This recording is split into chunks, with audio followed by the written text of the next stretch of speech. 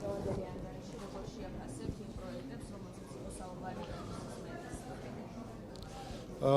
რა თქმა უნდა, მნიშვნელოვანი არის ზოგადად ის პერიოდული ანგარიშები, რომელსაც თბილისის მერი აბარებს თბილისის მოსახლეობას და მთლიან საქართველოს და ჩვენ მოვისმენთ დღეს ჯანდაცვის და სოციალურ მიმართულებით თუ რა შედეგებს მიაღწია კახა კალაძე მისი მერობის პერიოდში და მართლაც ეს არის, ასე ჩვენ ხედავთ, როგორ ხდება თბილისი ჭეშმარიტად ევროპული ქალაქი და ევროპული დედაქალაქი. Ყველა ეს თემები, რაზეც დღეს იყო საუბარი, ჯანდაცვის მიმართულებით, სოციალურ მიმართულებით, ყველა ეს საკითხი არის ის, რასაც ქვია ჭეშმარიტი ევროპა ჩვენი გაგებით.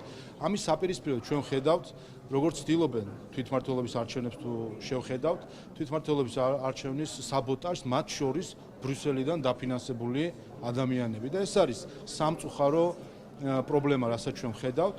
ბრიუსელი გვეუბნება, რომ სააკაშვილია ევროპა, ის ადამიანი, რომლის დროსაც მთელი თაობა ჩაირეცხა. და ჩვენ ვამბობთ, რომ ჭეშმარიტი ევროპა არის მშობლების თაობის პატივისცემა, ღირსეული სიბერის უზრუნველყოფა და იმის უზრუნველყოფა, რომ ადამიანები, რომელსაც თავის შრომა შეალიეს ქალაქს თუ ქვეყანას, სათანადოდ იყვნენ დაფასებული. ბრიუსელი გვეუბნება, რომ სააკაშვილი არის ევროპა, ის სააკაშვილი, რომლის დროსაც ფასიანი იყო ჯანდაცვა, როდესაც ადამიანებს ბანკის სესხების აღება უწევდათ იმისთვის, რომ ელემენტარული სამედიცინო მომსახურება მიიღონ. ჩვენ ბრიუსელს ვეუბნებით, რომ ჭეშმარიტი ევროპა არის უფასო ჯანდაცვა, არის ზუსტად ის პროგრამები, რომელიც თბილისს კიდე დამატებით აქვს თავისი მოქალაქეებისთვის, როდესაც თითქმის 9 მილიონი ადამიანი ყოველწლიურად სარგებლობს და ამითი ჩვენ ჯანდაცვის სერვისის უზრუნველყოფასთან ერთად მოსახლეობის ასე ვთქვათ, ჯანდაცვაზე და გარდა ამისა, მათ შორის ცხოვრების ასაკის დაზეც ახდენს შესაბამის გავლენას. ბრიუსელი გვეუბნება, რომ სააკაშვილი არის ევროპა, ადამიანი, რომლის დროსაც ბაღები გახდა ფასიანი და ადამიანებს შვილები ვერ დაყავდათ ბაღებში. ჩვენ მეუბნებით ბრიუსელს, რომ ჭეშმარიტი ევროპა არის უფასო ბაღები, როდესაც ადამიანებს შეუძლიათ, რომ თავისი მცირეწლოვანი შვილები მიიყვანონ სათანადო სტანდარტის ბაღებში და თავად კონდეთ სამსახური და დაკავდნენ იმითი, რომ საკუთარი პროფესიას მისდიან. აი ეს არის, რასაც ჩვენ ხედავთ, სხვაობა ბრიუსელის მხრიდან დანახულ ევროპასა და ჭეშმარიტ ევროპას შორის. აი აქ არის ზუსტად ის კონფლიქტი, რომელიც სამწუხაროდ წარმოშვა ბრიუსელის მხრიდან იმის წარმოჩენამ, რომ სააკაშვილი, რადიკალიზმი და მისი მიდგომები არის ევროპა და არა ის, როგორც ამას ქართველი ხალხი ხედავს.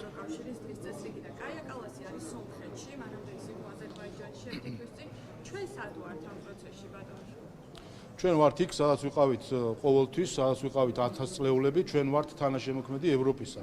თუ კი ევროკავშირის ზოგიერთი ბიუროკრატი ცდილობს რომ გადაახტეს საქართველოს და სხვანაირად ხედავს ევროპის გეოგრაფიას, ეს მათი პრობლემა არის საერთო ჯამში, იმიტომ რომ ვერავინ ვერ გაიქცევა იმ ფაქტს, რომ საქართველოს არის მხოლოდ ნაწილი ევროპისა, არამედ არის თანაშემოქმედი იმ მათ შორის თანამედროვე გაგებისა, ევროპის თანამედროვე გაგებისა.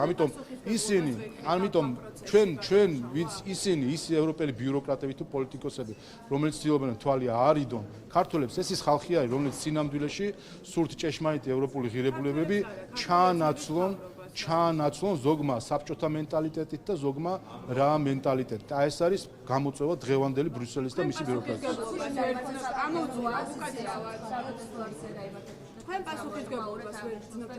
ჩვენი პასუხისგებლობა არის აი ეს შედეგები, რაზეც დღეს იყო საუბარი. ჩვენი პასუხისგებლობა არის 8.8% ეკონომიკური ზრდა, რომელიც დღეს გამოაქვეყნა სახსრატმა, მაშინ როდესაც ევროკავშირში ნულთან ახლოს ყოფი ეკონომიკური ზრდა არის. ასე რომ ყველამ თავის პასუხისგებლობას შეხედოს.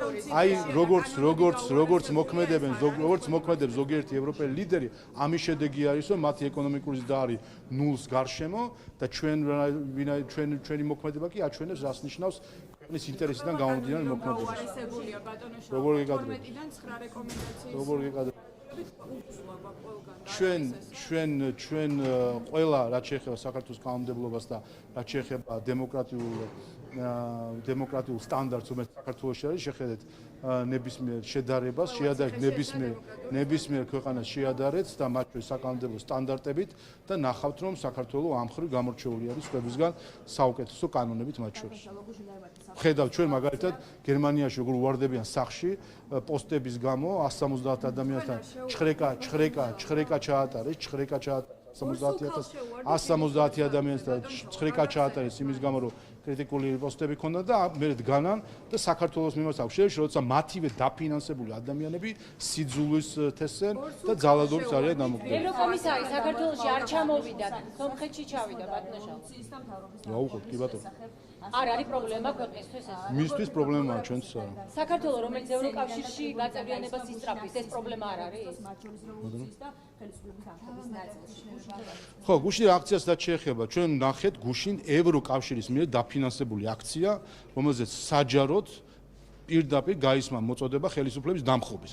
ეს არის კატასტროფა, როდესაც ევროკავშირის საელჩო აფინანსებს აქციებს, სადაც მოწოდება გაისმის დამხობის, დასჯის, მებრძოლების გამოყვანას. აი ეს არის ის ჩიხი, სადაც მიიყვანეს საკუთარი თავი, მათ შორის ევროკავშირის საელჩომ საკუთარი ფარული დაფინანსებებით, რომელსაც ვერაფრით ვერ მიმაღწიეთ, რომ ერთხელ მაინც თქვან ვის და რისთვის აფინანსებენ. ამიტომ ეხა პასუხისგებლობა არის სრულად ბრიუსელზე და მის საელჩოზე საქართველოში. ფაქტია და ეს პირდაპირ ხელის გულზე დევს, რომ ევროკავშირის დაფინანსებით ჩატარდა აქცია, სადაც ხელისუფლების დამხობაზე არის საუბარი. ხა როგორ გადახარშავენ აი ამ მოცემულობას, რომ მათი ფულით, ევროკავშირის მოქალაქეების ფულით სხვა ქვეყანაში ხელისუფლების დამხობას გეგმავს ვიღაცეები, ეს უკვე მათი პრობლემა არის. ფაქტია, რომ აბსოლუტურად აცდენილი არის ბრიუსელი დღეს ყველანაირ გაგებას ევროპული ღირებულებისა და ჩვენც უყურებთ ამ ყველაფერს, რომ სამწუხაროდ ექსტრემიზმი ფინანსდება ევროკავშირის ბიუჯეტიდან, ევროკავშირის მოქალაქეების ინტერესების საწინააღმდეგო და მართლაც გასაკვირი არის და გასაოცარი არის, რა შეუკვეთეთ და რა ჩამოგვივიდა. ჩვენ შეუკვეთეთ ევროპული ღირებულებები და ჩამოგვივიდა ევროპული ექსტრემიზმი.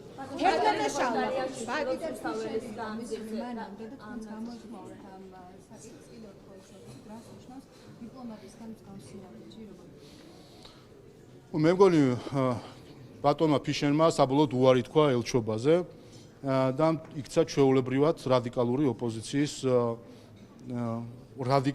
ოპოზიციის ყველაზე რადიკალური ფრთის მხარდამჭერად. ელენი ხოშტარია არა მხოლოდ რადიკალი ოპოზიციონერი, არის ამავე დროს ექსტრემისტი ოპოზიციონერი, რომელიც გამოირჩევა იმით, რომ პატივს არცემს დემოკრატიულ ინსტიტუტებს, პატივს არცემს ადამიანის უფლებებს, პატივს არცემს ადამიანის ღირსებას, არაფერს რაც კი შეიძლება პოლიტიკოსის რაღაც დადებით თვისებაში შედიოდეს, არაფერს ამას პატივს არცემს. და როდესაც ჩვენ ხედავთ, რომ ელჩი მივიდა, თან შემდეგ სცადა გაემართლებინა თავისი სოლიდარობა, იმით რომ თითქოს ეს იყო მხოლოდ თანაგრძნობა და ემპათია, რის მიმართ იყო ეს თანაგრძნობა? იმის მიმართ, თუ ადამიანი ამოსო თავს მოიკლავს, თუ კი რაღაცა არ მოხდება? ეს არის ევროპული გაგება დემოკრატიის. რის მიმართ აქვს მაგას ემპათია, რომ ადამიანი ამბობს, რომ ადამიანი მოუწოდებს ოპოზიციას საბოტაჟი გამოუცხადოს არჩევნებს. ეს არის მისი გაგება დემოკრატიის. ნუ ფაქტია, რომ ბატონი ფიშერი გერმანელ ხალხს არ წარმოადგენს. გერმანელი ხალხი ნამდვილად არ არის ამ ღირებულებების მატარებელი, რასაც ბატონი ფიშერი ქართველ ხალხს აჩვენებს და სამწუხაროა, რომ ის განსაკუთრებული დამოკიდებულება, რომელიც ქართველ ხალხს ჰქონდა გერმანიის მიმართ ჩვენი დამოუკიდებლობის ბოლო 34 წლის განმავლობაში, ამ ერთმა ადამიანმა ამ განსაკუთრებულ დამოუკიდებლობას ეს ერთი ადამიანი ძალიან რუდუნებით უთხრის ძირს და აზიანებს ისე, რომ არ ვიცი მე ამის გამოსწორებას კიდევ ადრე დაჩვენე. ამოქმედებულია ევროკავშირის შეზღუდვები უვიზო მიმოსვლაზე დიპლომატიურ პასპორტებზე. რომ თუ იქნება ერთიანობა ამ შემთხვევაში ოპოზიციაში შევწყვეტ მეშიშილობას, როგორც ერთიანი მოვლენა იყოს არჩევნებში არ მონაწილეობის საკითხზე. ოპოზიცია სამ შემთხვევაში განსხვავებული მოსაზრებები აქვს ამ მართლში. ზოგადად მსგავს საკითხს, მსგავს მოწოდებას როგორც შეაფასებს და ოპოზიციის დამოკიდებულებას, იმიტომ რომ სხვადასხვა არის პოზიცია. ჩვენ ქუჩაში ყავს ოპოზიციის შარჟი. ეს არის სინამდვილეში რაც არის გაშარჟებულია საერთოდ ოპოზიციის არსი იმ ოპოზიციის, რომელიც ქუჩაში არის პირველად მსოფლიო პროტესტის ისტორიაში ოპოზიციონერმა შიმშილი გამოუცხადა ოპოზიციას. აი ამ დონეზე დაიყვანა უცხოების მორჩილებამ ეს ხალხი, რომელიც ვერც კი აცნობიერებს რა საზოგადოებაში ცხოვრობს, რა ისტორია აქვს ამ საზოგადოებას, რა კულტურა და ეთიკა აქვს ამ საზოგადოებას, რა მორალის მატარებელია ეს საზოგადოება, ჩვეულებრივ უცხოეთის დაკვეთით ბრმას მიმდევარი ხალხის ჯგუფი არის, რომელსაც ნახეთ, ამ დონეზე მიიყვანეს საბოლოო ჯამში ისინი, რომ ასე ვთქვათ, ოპოზიციას უცხადებს შიმშილობას, სასაცილოა უკრავდ მათი ქცევა. დიპლომატიური პასპორტები და სამსახურეობრივი პასპორტები შეჩერებულია უკვე ძალიან ბევრ ქვეყანაში, ბულგარეთი, ლატვია, ლიეტუვა, ესტონეთი, 11 ქვეყანაა ჯამში, ბელგია, იტალია. რას აპირებთ? ივლით ასე ვიზებით თუ უნგრეთის გავლით თუ რა? მე მინდა ყველამ კარგად იცოდე, ეს არის 11 ქვეყანა, რომელიც არღვევს საერთაშორისო სამართალს. ესეც არის სირცხვილი ევროკავშირის. სანქციებია ბატონო. არა, ეს არის საერთაშორისო. არა, თქვენს წინააღმდეგ. ისმინეთ და გეტყვით. 2010 წელს დადებული ხელშეკრულება არის საქართველოს და ევროკავშირის შორის დიპლომატიური და სამსახურეობრივი პასპორტებისთვის უვიზო რეჟიმის შემოღებისა. კიდევ ერთხელ შეგახსენებთ, რომ 2010 წელს ეს მისცეს სააკაშვილის რეჟიმის პოლიტიკურ ელიტას, ჩვენ ქართველი ხალხი კიდე 7 წელი ველოდით 2017 წლამდე, სადამ ჩვეულებრივი პასპორტზეც იქნებოდა უვიზო რეჟიმი. ეს ერთი კი ბატონო, 2010 წელს დადებული ხელშეკრულებაა. ეს არის საერთაშორისო ხელშეკრულება, რომ ევროკავშირის დიპლომატიური პასპორტი ჩვენთან შემოდიან უვიზოდ, რომ ჩვენი დიპლომატიური პასპორტით ევროკავშირის ტერიტორიაზე შედიან უვიზოდ. საერთაშორისო ხელშეკრულებაში გაწერილია ყველაფერი, მათ შორის გაწერილი არის გარემოებები, რა შემთხვევაში შეიძლება შეჩერდეს ამ ხელშეკრულების მოქმედება. არც ერთი ეს პუნქტი სახეზე არ არის დღეს. არ არსებობს არანაირი სამართლებრივი საფუძველი არ არსებობდა, რომ ამ ხელშეკრულების მოქმედება რომელიმე ქვეყანა შეჩერდეს. აქედან არა, მისმენთ, ჯერ აქედან დასკვნა.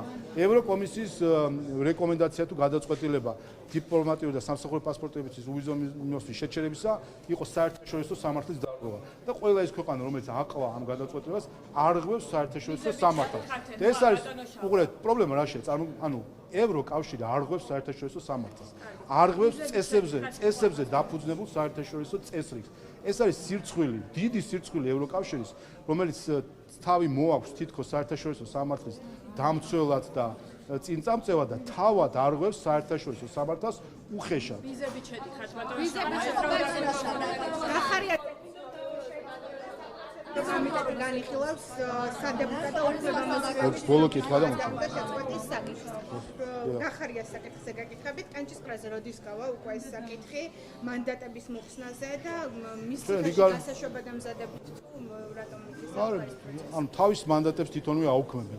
როგორც ხაზგარაძეამ სწორედ თავის თავი თვითონ დაიჭირეს, იმით რომ არ გამოცხადდნენ საგამოძიებო კომისიაზე ძალიან კარგად იცოდნენ რა შედგენ მოყვება, ასევე გახარია თავისი და მისმა 11-მა მიმდევარმა პარლამენტის შატალოთი თავის თავს გამოუტანეს ეს გადაწყვეტილება და დანარჩენი უკვე ავტომატიზმის საკითხია რომ შეწყდება და რა თქმა უნდა რიგარეშე სესიის ფარგლებში ამას განვიხილავთ.